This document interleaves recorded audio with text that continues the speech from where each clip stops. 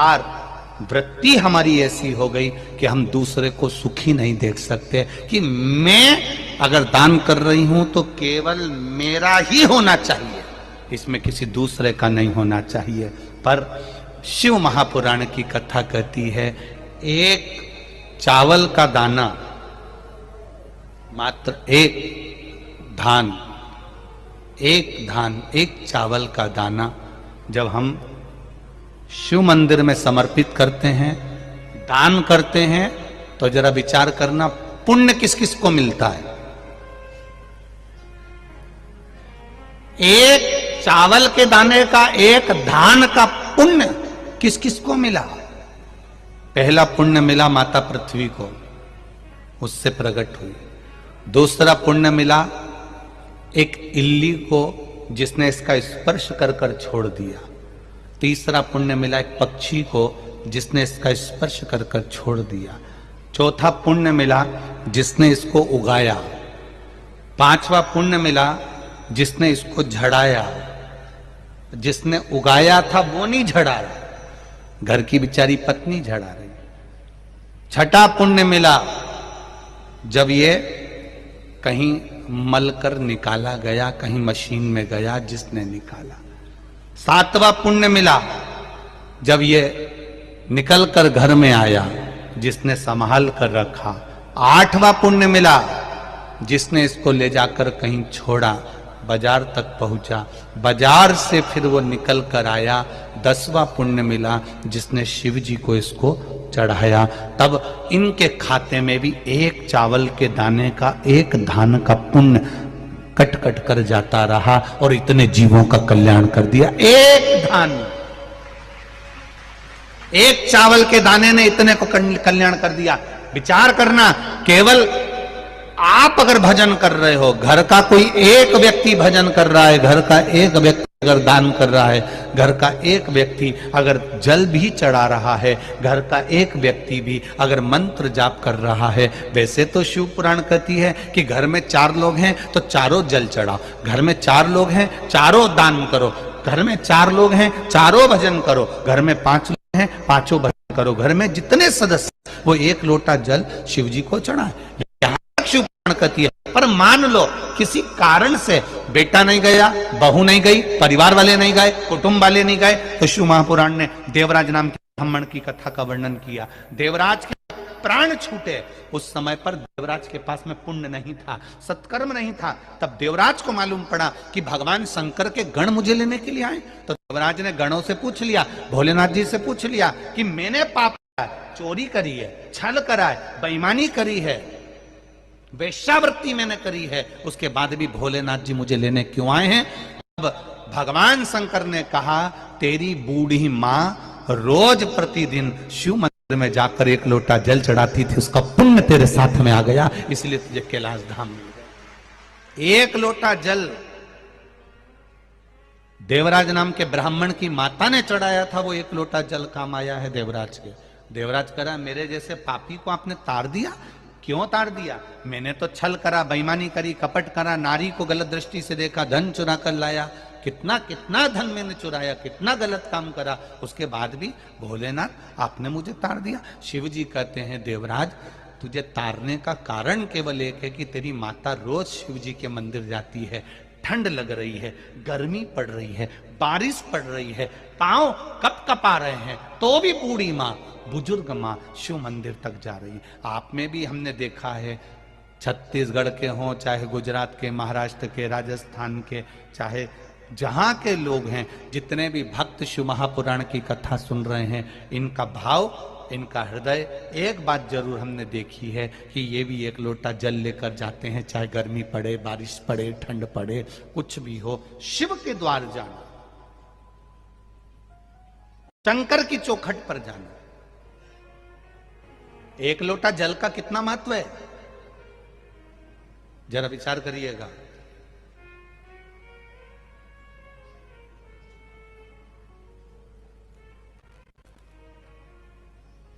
दधीचि ऋषि की धर्म पत्नी का श्राप देवताओं को लगा।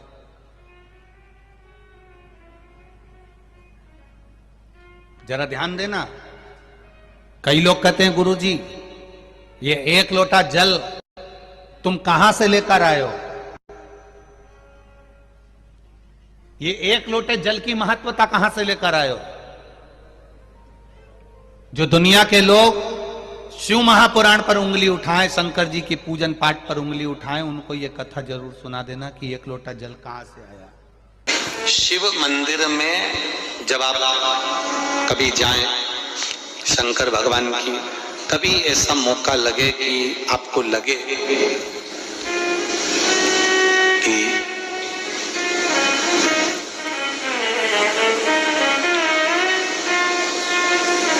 कहीं आपका यश कम हो रहा हो, आप जानते हो कि मुझको ये काम करवाना है और ये काम आगे हो ही नहीं रहा है, ये फाइल आगे बढ़ ही नहीं रही,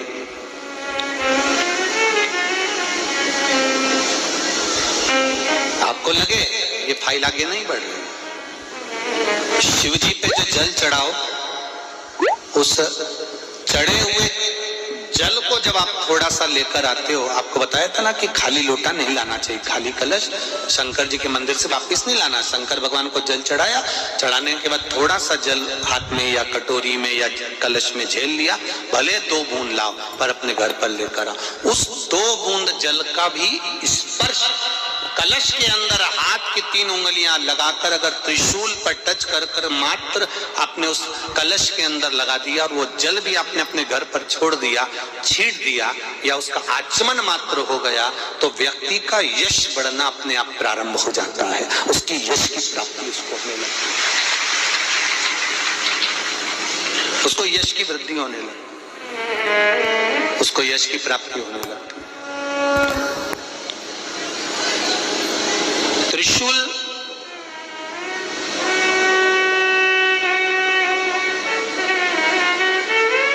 का दान, त्रिशूल का स्पर्श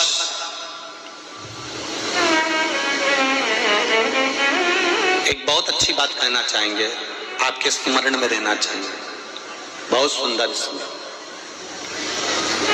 कभी अगर मौका लगे, कभी अगर मौका लगे और शंकर भगवान का बहुत सुंदर श्रृंगार हो गया, बहुत सुंदर श्रृंगार हो गया, और शिव जी पे माला भी बहुत अच्छी चढ़ी है, बेलपत्र भी अच्छी चढ़ी है, धतूरा भी अच्छा चढ़ा हुआ है, फूल भी अच्छे चढ़े हुए हैं, और आपने देख लिया शिव जी का बहुत अच्छा श्रृंगार हो गया, और तुम्हें कभी मौका लग जाए ऐसा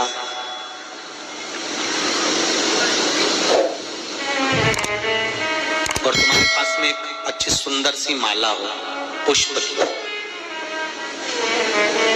तो आप पुजारी जी को या पंडित जी को कह दो, या पंडित जी वहां नहीं हो, शिव जी का अच्छा श्रृंगार हो गया हो, तो वो माला केवल त्रिशूल की, जो त्रिशूल है उस त्रिशूल पर ही उस माला को अगर आपने केवल टांगी दिया तो भी आप उन्नति की सीढ़ी पर आगे बढ़ना प्रारंभ कर देते हैं। पर किस समय पर? जब भगवान का पूर्ण श्रृंगार हुआ, पूर्ण श्रृंगार शिव जी का हो गया और माला तुम्हारे हाथ में है और तुमने देखा भगवान का श्रृंगार हो गया, अब शिव जी पे अगर माला चढ़ाऊंगा और श्रृंगार गिर जाएगा तो उस माला को आप अपने यश प्राप्ति के लिए, अपने आनंद के लिए, अपनी उन्नति के लिए आप उसको त्रिशूल पर चढ़ा सकते हैं। हम कई बार एक बात बहुत अच्छे से आपको वर्णन किए हैं कि कभी मौका लगे और आप किसी कंपटीशन एग्जाम में बैठ रहे हैं या एक ही जगह पर सर्विस करते करते बहुत समय हो गया और वहां पर उन्नति नहीं हो रही है, आपका प्रमोशन नहीं हो रहा, तब